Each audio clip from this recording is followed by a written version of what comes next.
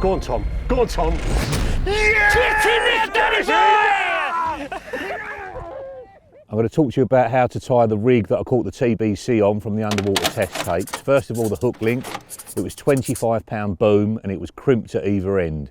At the hook end, I'm using a spinner swivel with no ring on it just to reduce the amount of weight there, and I'm crimping a small loop at that end. So you basically go through one barrel of the crimp, through the eye of the swivel, into the other barrel, and you want probably a 2mm loop, something like that.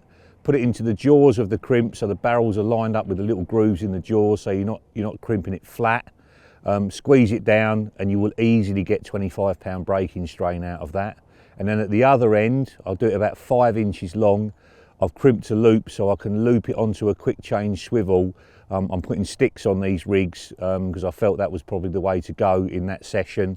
And the stick really needs a hinge at the lead end to stop it from tangling. So I'm not using an anti-tangle sleeve in that situation. And then hook wise, size 4 Longshank X.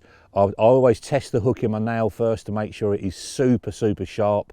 I would say probably 95 out of 100 hooks that come out of those packets are super sharp in that pattern. And I'm bending the eye in slightly just by putting it into the crimp tool and just putting some pressure on the shank of the hook, and that just helps the hook turn and catch hold that bit quicker. And if you're wondering why isn't the hook like it in the first place, well, they're designed to be fished with mono links and braided links, and with a normal braided link I would probably put some shrink tube on it to turn it in a bit more. Mono links you don't need to do that, but on a spinner I like to in-turn it a little bit more so it turns that bit more aggressively. So that's clipped onto the spinner swivel. A medium kicker with a little bit cut off it is slid round the hook. Really important to not take the point of the hook out the side of it.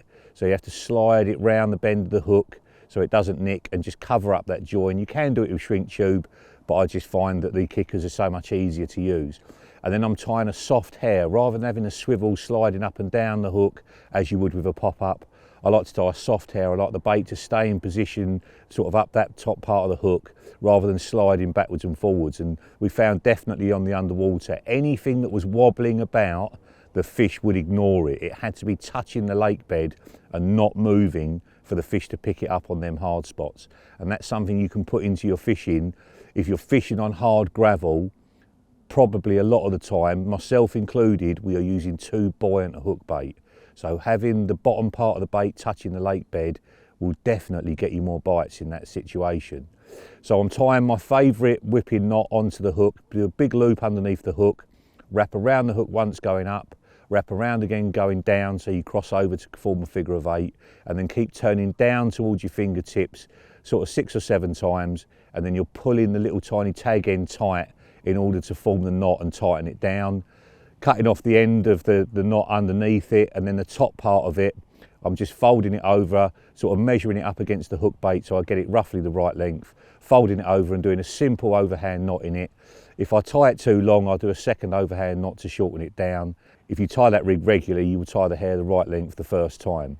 So I've got half of a link bottom bait, 15mm bottom bait, with a tiny bit of a 12mm dumbbell that's flavoured with the almond goo, both joined together, so it's like a snowman but a cut down snowman, and then I trim the link down so it's not too big underneath that little pink topper, so it's all just nice and neat, just so.